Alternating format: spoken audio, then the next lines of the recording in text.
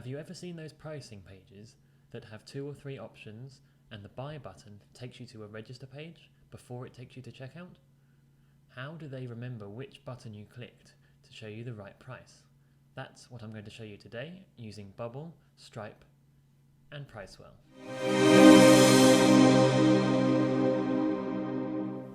Okay, I'm going to show you how to set up direct checkout after someone clicks on one of the buttons on your pricing page and they go to check out the exact price that they've selected. So they press get started on the $41 plan, they will register an account, and then they get taken straight to checkout to add their credit card details, all within Bubble.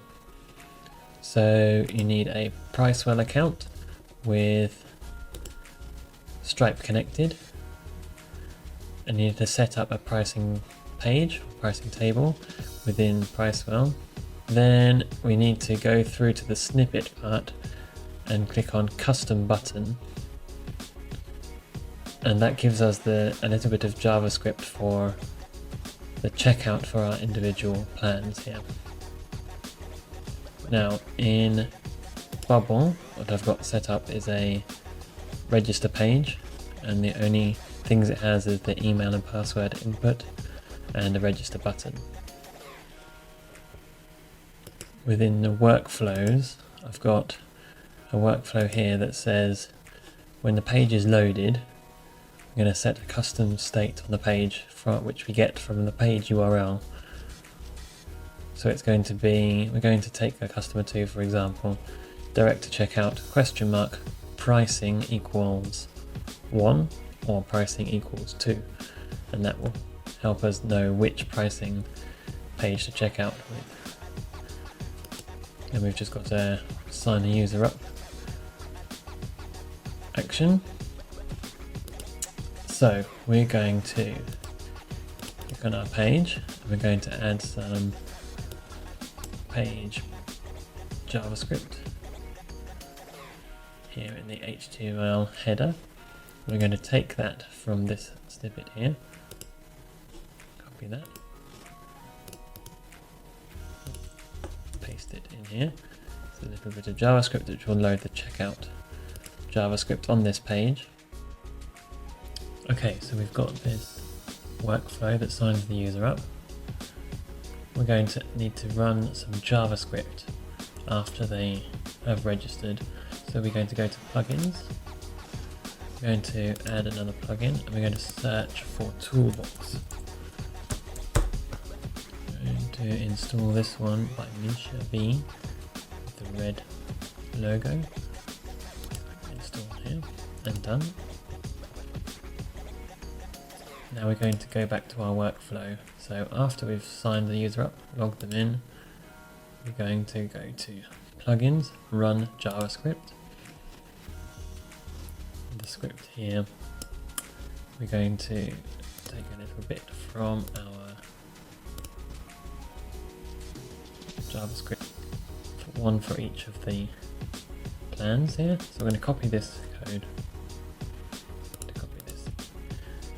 into here, to remove everything around these from the quote onwards, and everything up to the quote. So we end with window.pricewell.checkout bracket. And then when we get to this comma, we're going to do a conditional based on the whatever pricing we've set. So we're going to add param1 will be this page's pricing, and we're going to scroll down and say only run this when this page's pricing is not empty. So if you didn't put the parameter pricing equals 1 in, then this wouldn't run. So we're going to say, so it's going to go checkout bracket quote, then the ID of the pricing page quote, comma. After the comma, we're going to write properties dot param1 actually we're going to wrap that in parse int bracket properties.param1 close bracket equals 1 space question mark space, and then we're going to have this bit here, and at the end of the quote we're going to do space colon space, and we're going to go and copy the other. I'll explain what this does in a second. The other ID, which is here. So you see these two parts are the same. This first part is the same ID. We're going to scroll along to get this. And these second parts are different. We've copied the first ones, we're going to copy that second one here. Copy. I'm going to put that after this colon here, paste that in here.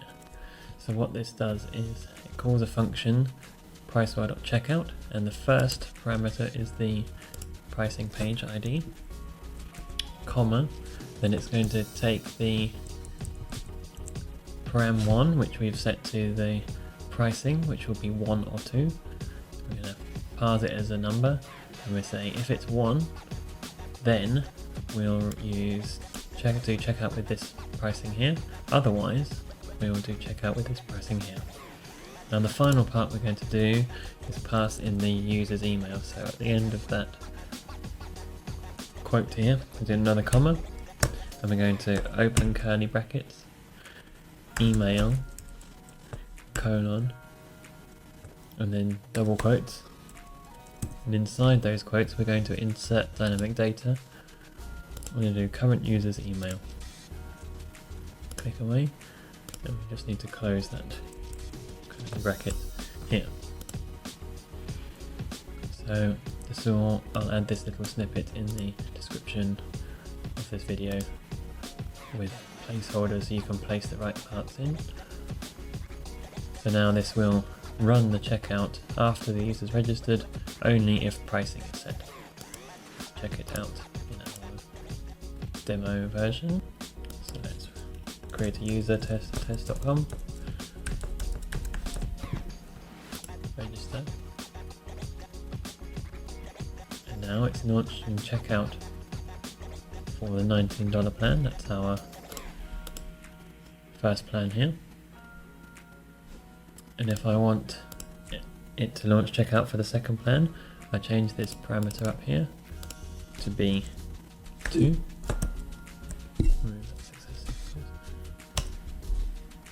Load the page, test2 at test2.com, register, and now it will launch checkout for the $49 plan.